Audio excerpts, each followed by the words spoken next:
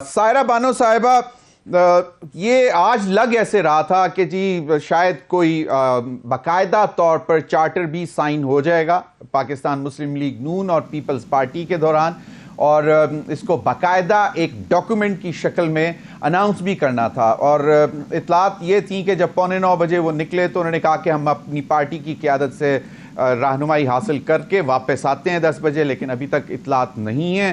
دوسری جانب میاں نواز شریف صاحب مری میں موجود ہیں، ان سے بھی وہاں پہ رابطے کر رہی ہیں ان کی جماعتیں، تو آپ کو کیسا لگ رہا ہے؟ پہلے تو آپ کے یعنی کہ جو آپ الیکشن آ رہے ہیں اس کے زخم بھی ہیں، لیکن اب حکومت سازی آپ کو ہوتی کیوں تاخیر کیوں ہو رہی ہے؟ السلام علیکم۔ پہلے تو ہارے نہیں لفظ بولے جو الیکشن آپ کو ہروایا گیا ہے وہ کہیں چلے، وہ اب قصہ نہیں میں۔ اور دوسرا دیکھیں تو آپ نے مجھے سوال یہ اتنا الیکشن کا اتنا کھڑاک پالنے کی ضرورت کیا تھی؟ جب پی ٹی ایم کا سیزن 2 ہی ہم نے دیکھنا تھا تو پھر وہ سیزن چلتا رہتا، مطلب اس کو آپ اس وقت بھی ایک اس کو لنگر آن کر لیتے۔ اب ہو تو کیا تھا وہاں کے پی کی اور پنجاب میں بھی 90 دن سے اوپر ہو گئے تھے، آئین تو ٹوٹ گیا تھا نا، تو جب ایک دفعہ ٹوٹ گیا تو پھر آگے بھی توڑ لیتے۔ اس میں ایسی کون سی کس نے کچھ کہنا تھا، کون سی کس نے کیا قدر لگائی تھی؟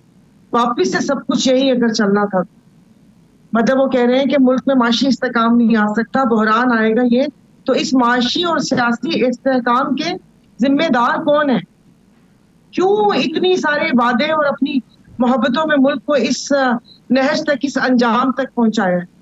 پہلے میرا سوال تو کرتا ہوں دھرتا ہوں تو یہی ہے نا۔ لیکن سائرہ بانو صاحبہ اب انتخابات ہو گئے، انتخابات ہو گئے، انتخابات ہو گئے، لوگ جیسا بھی ہے مینڈیٹ لے کر آ گئے۔ آپ نے شاید پیر صاحب کا بیان نہیں سنا جو انہوں نے پریس کانفرنس میں بھی کہا تھا، انہوں نے جلسے میں بھی کہا تھا کہ یہ سارے مینج ہوئے ہوئے تھے، سندھ کو ٹھیکے پہ اگلے 5 سال ٹھیکے پر دے دیا گیا تھا، تو پھر وہ تو ہم تو ان کو ایکسپوز کرنے کے لیے ہم لوگوں نے الیکشن لڑا تھا۔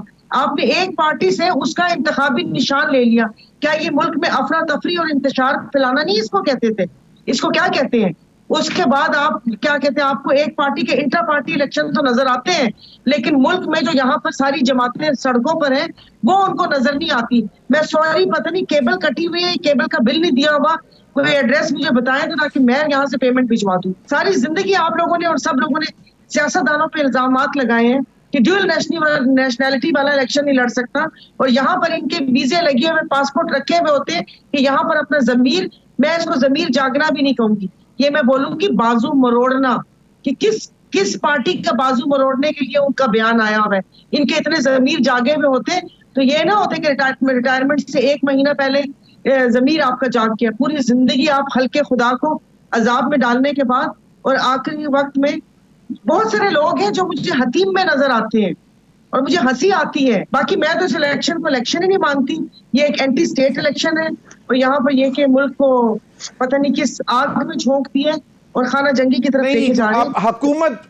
حکومت سازی میں تاخیر کی وجہ آپ کیا دیکھ رہی ہیں؟ حکومت سازی میں ابھی آج جناب سنا تھا، ابھی کیا لگ کیا رہا ہے؟ کوئی پریشانی ہے کہیں پہ؟ میں بتاتی ہوں، سسی نے بھی خواب دیکھا تھا کہ سسی نے خواب دیکھا تھا کہ مجھے پنل آسی میں کیچ دی ملکہ تھیسا تخت تے بہسا تے وہ پھلا دے بچ تلیسا نہیں سسی خبر کو کہ غلام فریدہ، انہوں نے کہا کہ غلام فریدہ نہیں خبر سسی کو کہ میں تھل دے بچ تفنیسا۔ خواب تو بڑے تھے کہ ہمیں 2/3 اکثریت ملے گی، دونوں صوبوں پہ، پنجاب بڑے صوبے پہ ہماری حکومت ہوگی اور مطلق العنان حکومت ہوگی، لیکن یہ ہوا نہیں اور یہ ہو نہ سکا، اور اب یہ عالم ہے کہ وہ بھی نہیں اور وہ بھی نہیں، اور اب دونوں مل کے واپس اسی قسم کا اتحاد بنانے جا رہے ہیں۔ الیکشن کیمپین میں انہوں نے ایک دوسرے پہ اتنے الزامات لگائے تھے، اور پی ڈی ایم کی جو ناکام نااہل حکومت اور وہ جو 16 مہینے عذاب کے لوگوں پر گزرے، ایک نے کہا کہ اگر میں وزیر اعظم ہوتا تو ایسے نہ ہوتا، دوسرے کہہ رہے ہیں کہ اگر پورا ہم لوگ ہوتے تو ایسے نہ ہوتا۔ تو اس سیزن 2 میں کیا دیکھ رہی ہوں، حکومت بنے نہ بنے، نظام لکھتے نہ لکھتے، سیزن 2 میں بھی کیا کر لیں گے۔ ایک بھی جو افتخار شرازی نے بات کی کہ failure is an orphan, success has parents۔ پہلے تو نہیں وہ میں بولتی انہوں نے کہا پی ٹی آئی کی وکالت کر رہی ہے, میں کسی کی وکالت نہیں کر رہی. انہوں نے کہا 2018 میں کیا ہوا, ان کے بندے اٹھا کے ادھر رکھے, اس پارٹی میں شمولیت کروائی. تو کس نے کروائی, کس نے کروائی؟ اب آپ اگر پروگرام نہیں کاٹیں گے تو جنرل باجوہ اور جنرل فیض صاحب نے کروائی. اب وہ ریٹائر ہو گئے, ان کے نام لے سکتے ہیں, حاضر سروس کا نام ہم نہیں لے سکتے.